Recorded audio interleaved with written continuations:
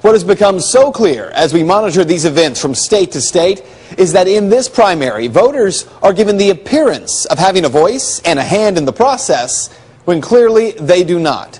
And I'm telling you, if they had to shut down the system completely, issue an executive order, a PDD, declare martial law, name it, they do whatever.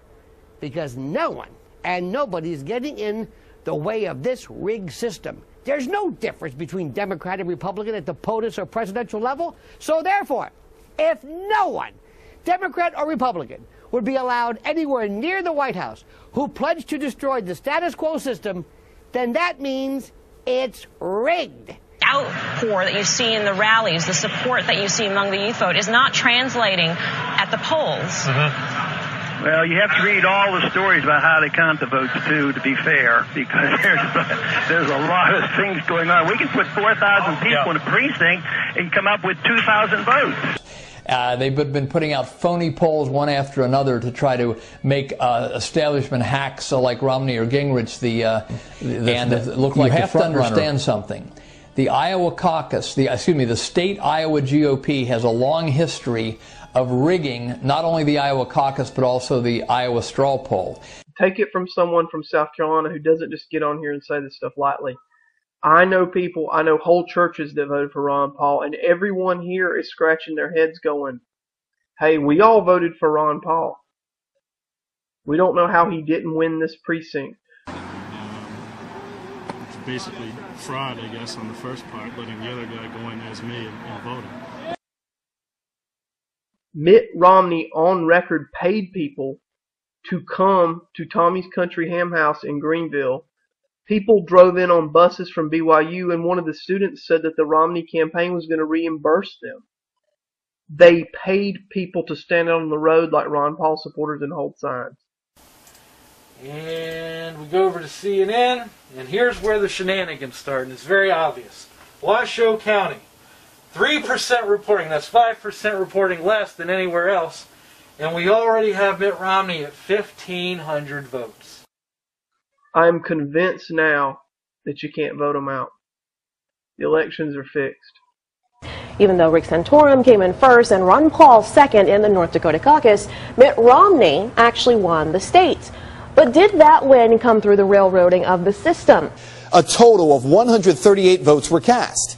In the official Maine GOP tallies, however, the results from all but one of those communities, all but one, were given as a series of zeros below the name of each candidate, meaning the official tally shows that no one voted.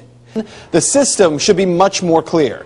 Unfortunately, how those delegates in North Dakota were selected was anything but fair. The state instructed the chairman to not read any of the votes aloud. He wanted a vote fraud system to be built? He wanted a program that could flip the votes without anyone seeing it. Moving on to Nevada.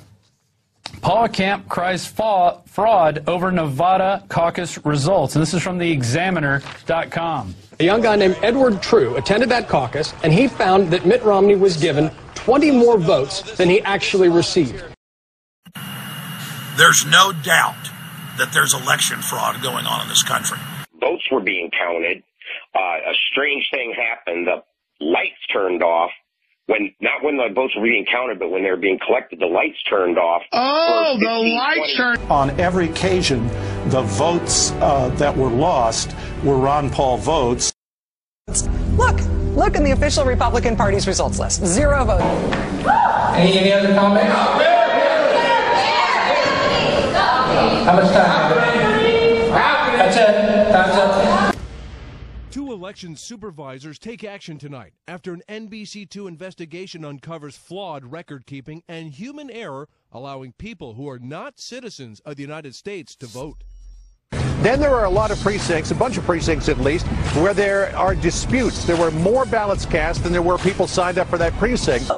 The original article dated Thursday, February 2nd, 2012 at 8:40 p.m. on Thursday, February 2nd, 2012, days before the election. Oh my God, you guys.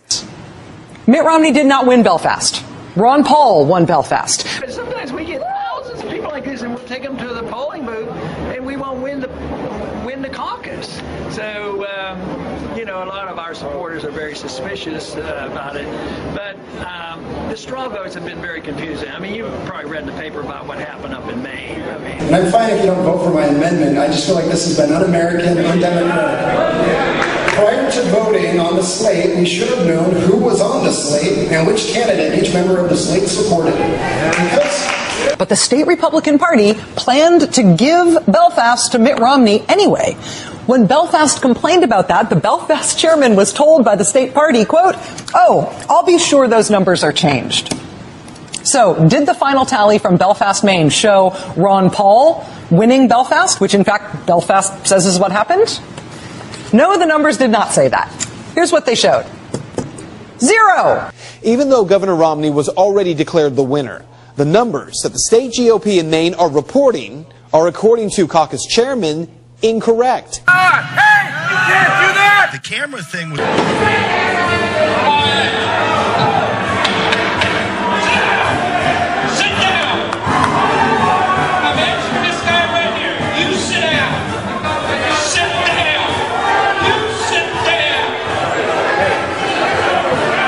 So you're about to elect these delegates to the state convention. We're asking you to vote for these people. There are Romney people, Gingrich people, and Santorum people on the list. How were they chosen?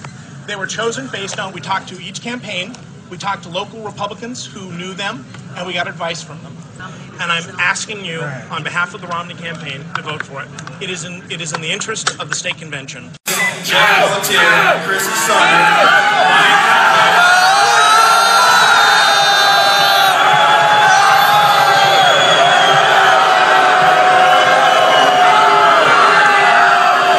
That was fair and that was legal.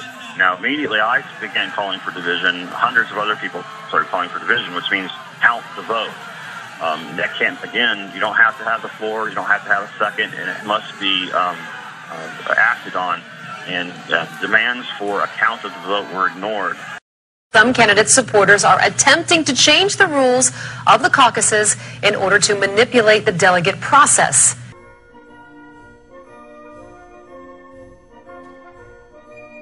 What's your plan for tonight? Tell the truth. I've been in politics for 35 years. My cause has been the cause of liberty.